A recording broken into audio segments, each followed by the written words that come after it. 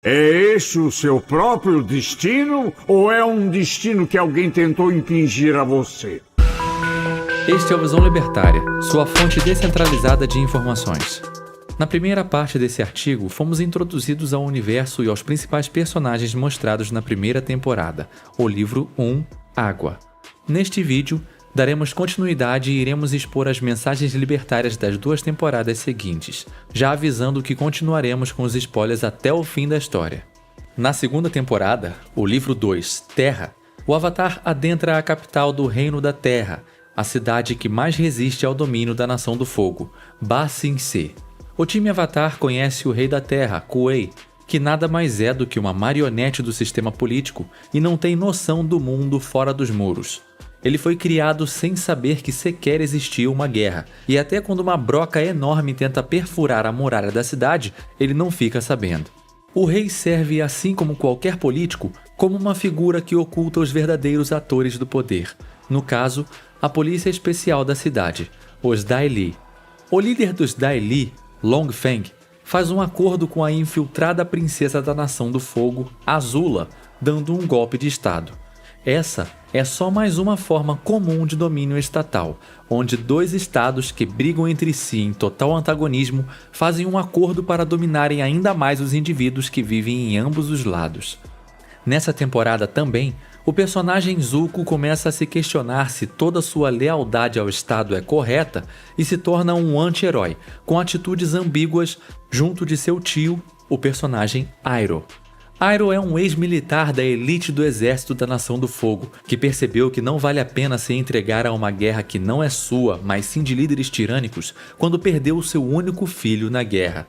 Isso nos é revelado numa das cenas mais bonitas da série, que remete a todos os jovens falecidos e os pais desolados com a perda de seus filhos na história. Guerras que só aconteceram graças à ideia coletivista de que um homem ou um grupo de homens podem decidir sobre a vida dos outros e obrigá-los a lutar até a morte por um bem comum.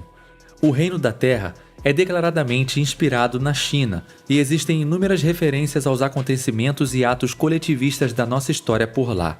Além de ser uma região com maior população no mundo fictício, logo de princípio nos é apresentado Zhu-Di, a guia turística que acompanha boa parte do time Avatar pela cidade, assim como os famosos guias da Coreia do Norte. Outra das referências mais interessantes é que as pessoas que começam a questionar o governo de Ba Sing Se ou que falam sobre a guerra no mundo lá fora são levadas até um esconderijo subterrâneo para sofrerem hipnose e lavagem cerebral. O esconderijo fica debaixo de um lago chamado Laogai, e o nome Laogai é uma referência direta aos campos de concentração chineses que foram criados para reeducar aqueles que fossem contra o regime comunista no seu início. E é importante lembrar que até hoje existem campos de concentração reeducando os uigures por lá.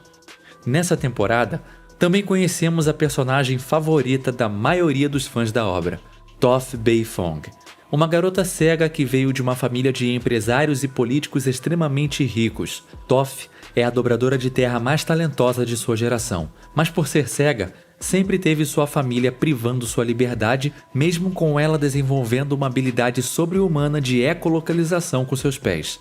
Graças ao livre mercado, ela encontra a sua liberdade individual e se torna a campeã imbatível do torneio de luta de dobradores de terra, que é onde ela conhece o Avatar. Ainda bem que não existia uma agência reguladora dos torneios de dobra de terra no mundo de Avatar. Se caso houvesse uma espécie de regulação por peso ou idade, Toph jamais conheceria Aang e o ajudaria a salvar o mundo.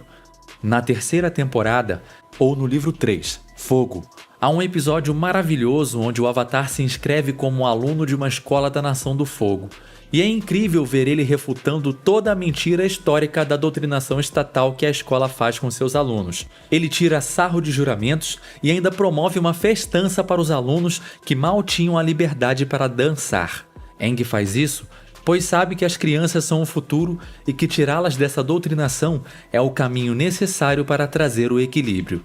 Isto é, fazê-las gostarem e respeitarem as liberdades individuais e não idolatrarem líderes políticos e padrões sociais coletivistas. O personagem Sokka que até então era resumido a alívios cômicos e raríssimos momentos de importância em batalhas, se vê deprimido por não ter nenhuma habilidade especial em combate. Sokka é o único do time que não tem o poder de dobrar elementos. Isso muda quando ele encontra o mestre espadachim Piandao. Piandao é um ex-militar dos exércitos da Nação do Fogo e ajuda Sokka a se igualar a seus amigos nos combates. Ele o ensina a arte da espada. Quando os personagens o questionam sobre o fato de ele os ajudar, ele diz que a espada não tem nação e que, assim como Samuel Colt disse sobre seu revólver, ela existe para tornar todos iguais. O príncipe Zuko, que traiu seu tio na temporada 2, voltou a ser um vilão no enredo e finalmente restaurou a sua honra diante de seu pai, o Senhor do Fogo, ou diante do Estado. Porém, se vê em conflito por não sentir que fez a escolha certa. Às vezes, uma pequena semente de liberdade lançada pode germinar e mudar a mentalidade do mais fiel gado do Estado.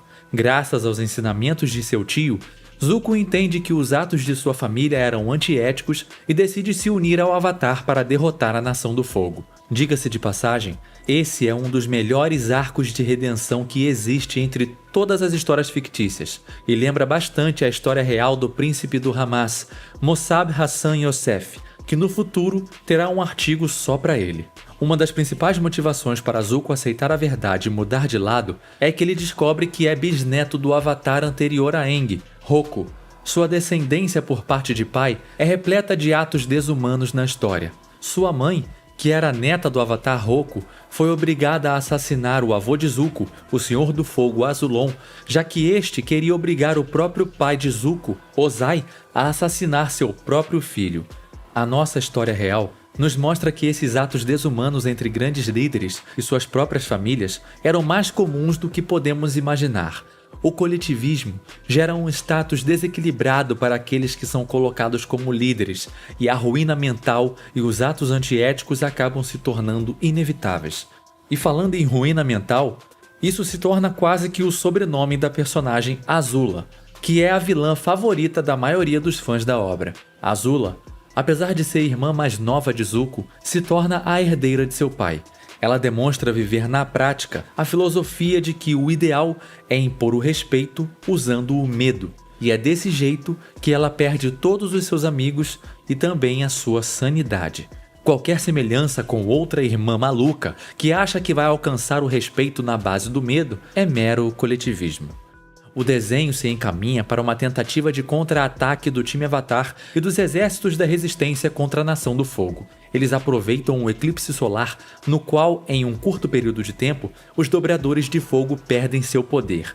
A empreitada acaba em fracasso, pois o plano de contra-ataque foi vazado, nos lembrando como que a privacidade é crucial contra os poderes centralizados estatais. O time Avatar foge e Zuko é aceito como novo companheiro. Eles fazem uma nova empreitada junto dos anciões da Lotus Branca contra o ato final e genocida da Nação do Fogo. Enquanto isso, Aang e o Senhor do Fogo Ozai se encontram para uma batalha final.